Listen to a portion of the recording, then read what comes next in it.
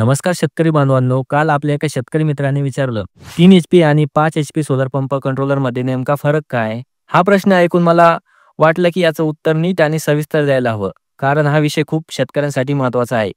Solar pump तर तुम्हाला सगळ्यांना माहीतच आहे. आता प्रश्न येतो तो कंट्रोलरचा.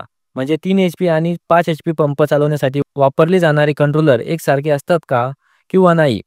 सर्वात मोठा फरक म्हणजे विजेचा पुरवठा आणि लोड हाताळण्याची क्षमता. 3 एचपीच्या पंपासाठी लागणारा कंट्रोलर हा 2 ते 3 किलोवॅट सोलर पॅनलमधून वीज घेतो आणि त्यानुसार मोटर चालवतो. पण 5 एचपीचा पंप थोडा मोठा असतो आणि जास्त शक्तिशाली असतो. त्यामुळे त्यासाठी लागणारा कंट्रोलर हा 4 ते 5 किलोवॅट वीज हाताळू शकणारा असतो. याचा थेट परिणाम तुमच्या पाण्याच्या गरजेवर होतो. जर तुमची विहीर 100 ते 150 फूट खोल असेल आणि ठिबक किंवा फवारणीसाठी पाणी लागणार असेल, तर 3 एचपी पुरेसा आहे. पण जर तुमची विहीर 200 ते 300 फूट खोल असेल, मोठ्या पाईपमधून मोठ्या क्षेत्रासाठी पाणी पुरवठा करायचा असेल, तर 5 एचपी निवडा. आता अनेक शेतकरी असा विचार करतात की 5 एचपी घेतला की जास्त फायदा होईल.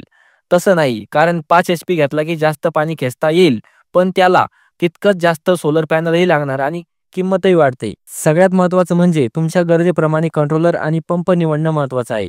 जर तुम्हाला रोज 2 ते 3 तास पंप चालवायचा असेल, तर 3 एचपी पुरेसा आहे. पण जर मोठ्या विहिरीतून दिवसभर पाणी काढायचं असेल, मोठं शेत असेल आणि जास्त दाबाने पाणी द्यायचं असेल, तर 5 एचपी घ्या.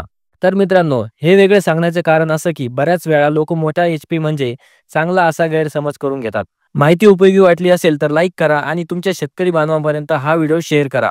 आणि असेच महत्त्वाचे विषय समजून घेण्यासाठी शेतकरी मित्र आदी या YouTube चॅनलला सबस्क्राईब करायला विसरू नका. चला तर भेटूया दुसऱ्या व्हिडिओमध्ये. आणि हां, तुमच्या मनात जर दुसरा एखादा प्रश्न असेल तर कमेंट करून नक्की सांगा. तुम्हाला 2 ते 3 तासात व्हिडिओ नक्की भेटेल. धन्यवाद.